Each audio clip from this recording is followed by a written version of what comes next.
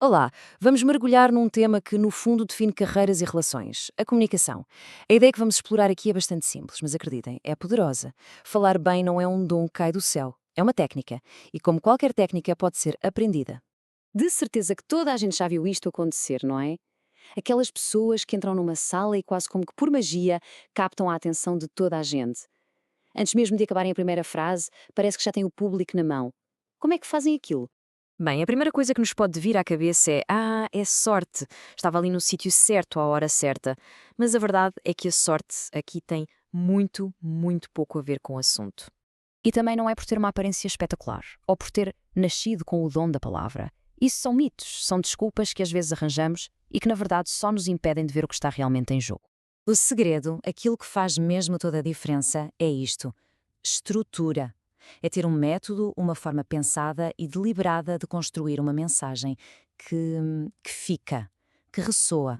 E isto leva-nos a uma distinção que é absolutamente fundamental, porque há um mundo de diferença entre simplesmente falar, quer dizer, debitar palavras, e ser ouvido. Ser ouvido é outra coisa, é um ato intencional, é sobre comandar a atenção e sim, o respeito. Ok, então, como é que se constrói essa tal estrutura? Vamos começar pelo mais básico, pelo instrumento que todos temos e que é poderosíssimo, a nossa voz. Pensem nela como a nossa assinatura sonora. É, no fundo, a banda sonora da nossa mensagem. A maior parte do tempo, nós usamos a voz em piloto automático, nem pensamos nisso.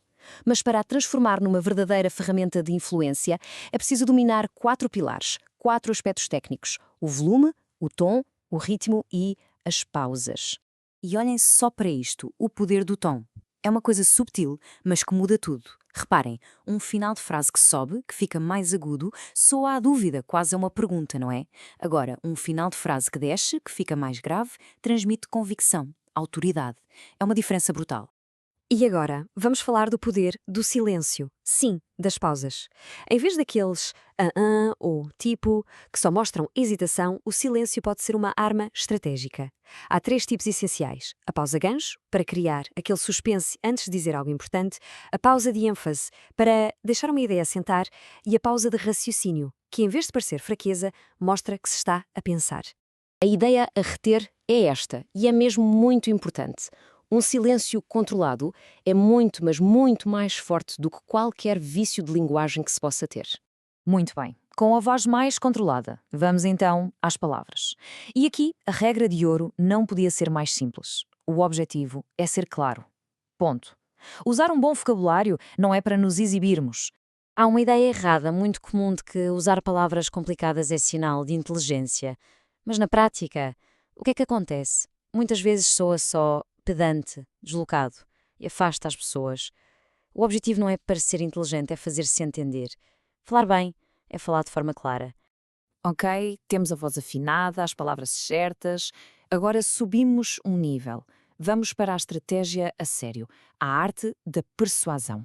Porque comunicar não é só sobre o que dizemos, é sobre como adaptamos a mensagem para a cabeça e para o coração de quem está a ouvir. E para isto, vamos buscar uma estrutura que tem, imaginem só, mais de 2000 anos, mas que continua a ser de uma atualidade incrível. Foi Aristóteles que nos ensinou que a persuasão assenta em três pilares: ethos, ou seja, a credibilidade; pathos, a emoção; e logos, a lógica. O ethos, a credibilidade, é a base de tudo. É basicamente a resposta à pergunta: por que é que eu hei de ouvir esta pessoa? E essa confiança não aparece do nada. Constrói-se, com experiência, com referências, com uma postura que mostra que se sabe do que se está a falar. A seguir, o pathos, a emoção. E é uma verdade universal aqui. As pessoas podem esquecer factos, mas raramente se esquecem de como as fizemos sentir. A emoção é o que faz a mensagem colar.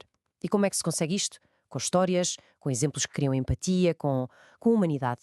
E por fim, o logos, a lógica. Porque sem uma base lógica e sólida, a emoção pode parecer, bem, manipulação barata. A lógica é o esqueleto do argumento.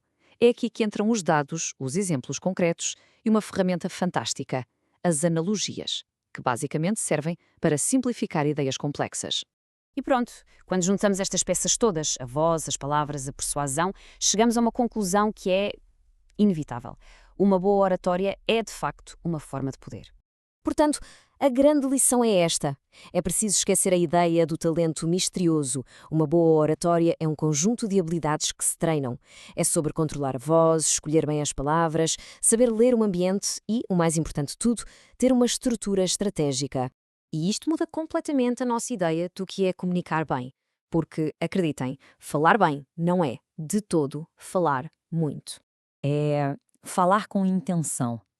É saber que cada palavra, cada silêncio, cada mudança no tom de voz tem um propósito. Nada é deixado ao acaso. E a consequência disto? Uau!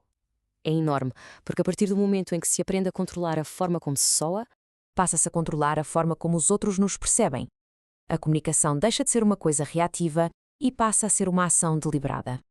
Uma escolha. E no fim de contas, a forma como nos percebem influencia absolutamente tudo.